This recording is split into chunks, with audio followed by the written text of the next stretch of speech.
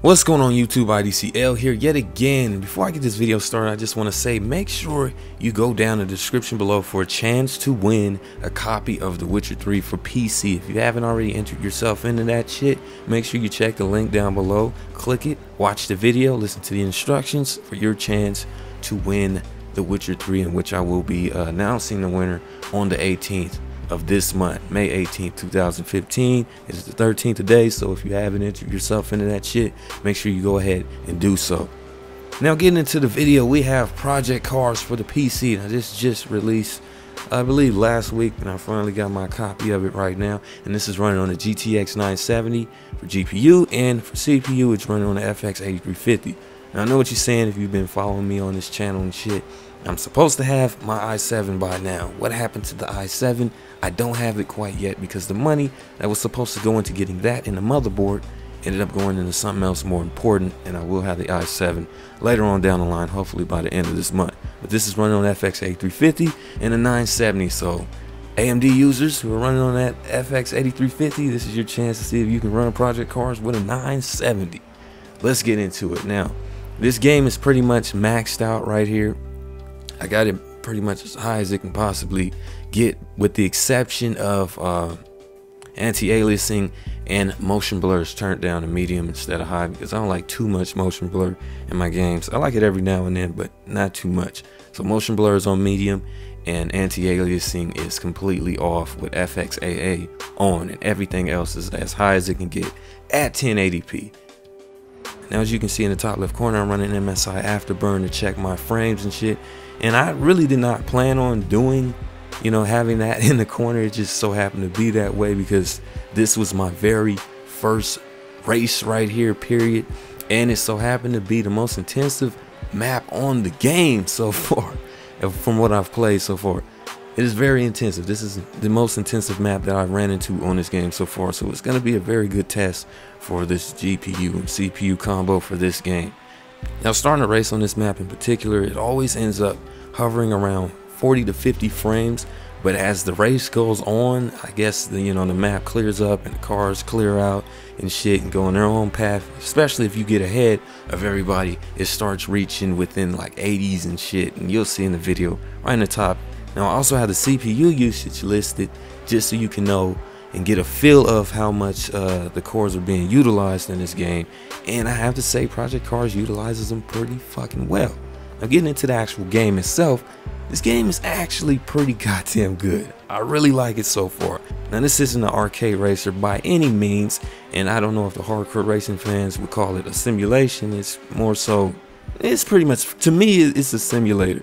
It's a simulation racer and shit. But if there's another name for this type of game, please let me know in the comment section down below. Now, I've never really been too deep into simulation racers. I've always wanted to, but the only reason why I haven't is because I don't have that high IQ and car mechanics and shit like that, like tire pressure for sliding shit and traction and whatnot. I don't even know if the tire pressure is for the slide, but I'm just saying traction of your car and shit, damage intake, all that type of shit I've never really got myself into, but I definitely have wanted to learn, and I plan on learning that shit. But from what I've played, this is just my first match, my first race right here, and the game just feels real good. I'm using a BMW M3, and it's pretty goddamn fun. I tried switching camera angles throughout the race. Mostly it's the outside camera angle.